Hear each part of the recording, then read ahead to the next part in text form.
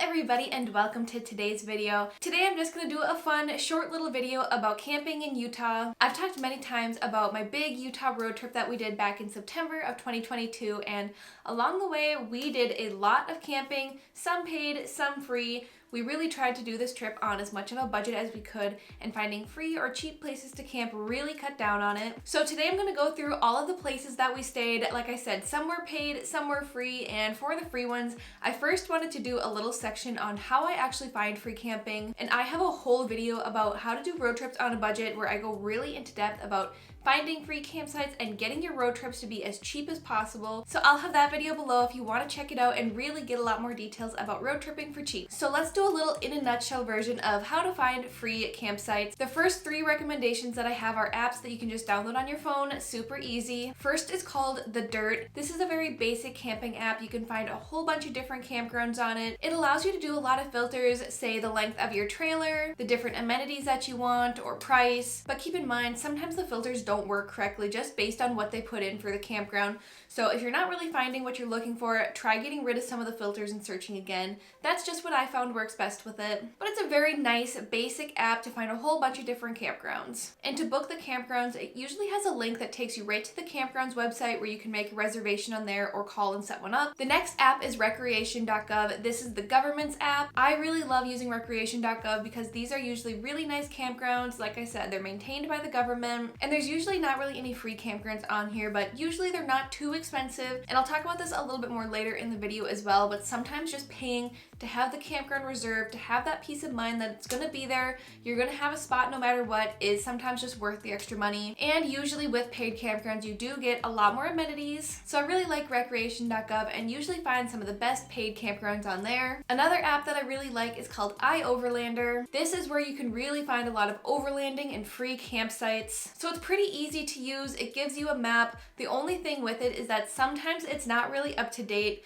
Sometimes it'll have campsites on there that you may not legally be allowed to camp at anymore, but you may have been able to in the past. But you can read comments from other people who have stayed there. Usually they'll tell you how to get to it, or they'll just give you some other tips and advice about it. But my favorite place to find free campsites, I've talked about this site so many times, it's just called freecampsites.net. I just find it has the most information, it has the most campsites. I go and I search up where I want to go, or I'll just look it up on the map and see all the different sites in an area. And then I'll go and pick out a few that seem promising. People can rate them, so you can look at if it has a 5-star, 4-star, 3-star rating, all of that, and you can kind of pick and choose based on a lot of those things. Again, people will leave comments and photos. It'll tell you about cell signal in the area. And when I'm looking, I usually pick out my top favorite one, but I also usually have a backup one. With these free sites, you can rarely ever reserve them, so they're usually first come, first serve. So I have my top choice picked out. I even write down the coordinates in case when I get there or around the area I don't have signal and I don't know where to go. So I have those coordinates written down so I can make sure to find it, because some of the times they're really off the road or they're kind of hidden, so having the exact coordinates really helps. And then, like I said, I have my top choice usually picked out, and then I also usually have a second choice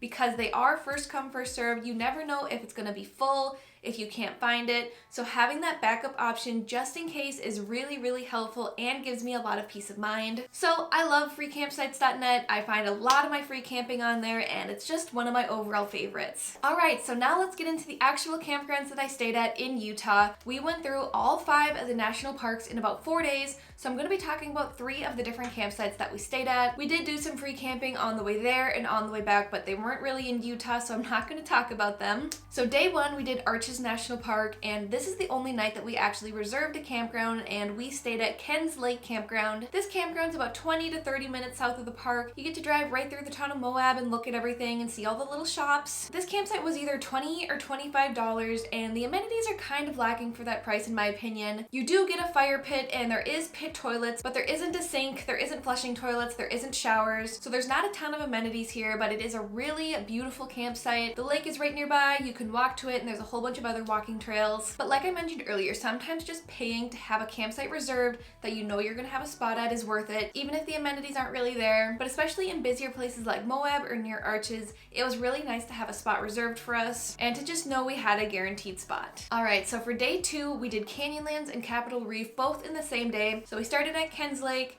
did Canyonlands right nearby, drove all the way to Capitol Reef, and then camped right outside the park's entrance. And we found this site using freecampsites.net, literally right outside the park's west entrance, right by that and right in between the town of Torrey. It was really nice to have a town nearby that we can go and use the bathroom in and wash our hands because, like I said, these free campsites, there's no toilets, there's no running water, there's no sinks. But this campsite was so beautiful. We ended up driving our Prius up the hill to get a really nice spot up on the side. I can't believe the Prius made it up the hill, but my husband was determined to get it up there, and he did. So we had this gorgeous spot on the side of the mountain, overlooking the town, overlooking Capitol Reef, and we saw one of the most beautiful sunsets ever there. For being a free campsite, it was totally worth it, and I believe this was located in Fish Lake National Forest. It's not hard to find on freecampsites.net because it's really the only free camping right outside the park's west entrance, so really easy to find. It's just north of the highway, and it's literally right off the highway too. Like we said, we did a little bit of off-roading to get our Prius up to that higher spot, and there is some rough spots in the road, but if our Prius can do it, I'm sure you can as well. So that was our experience camping near Capitol Reef. Loved this campground and would definitely stay there again. And then for day 3, we drove from Capitol Reef down to Bryce Canyon,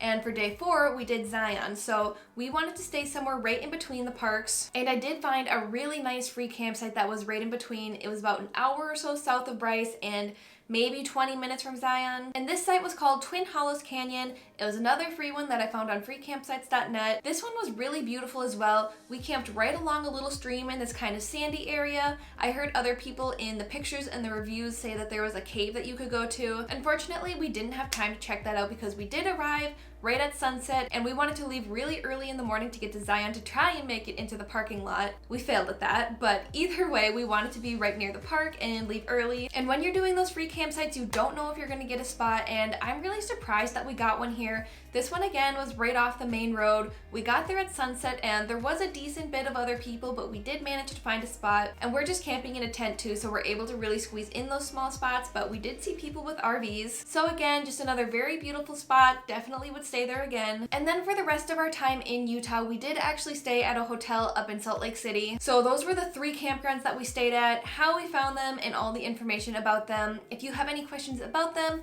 how we found them, how to find free campsites in general, please feel free to ask me in the comment section and I'll do my best to answer it. And if you're interested in more camping, national park videos, road trip videos, make sure to subscribe to me here or go follow me on TikTok and Instagram because I post there every single day. I have a ton of information out there and here on my YouTube channel about those subjects. So I hope you found some of the information in this video useful, and like I said, if you're not subscribed already, please make sure to do so. And thank you so much for watching.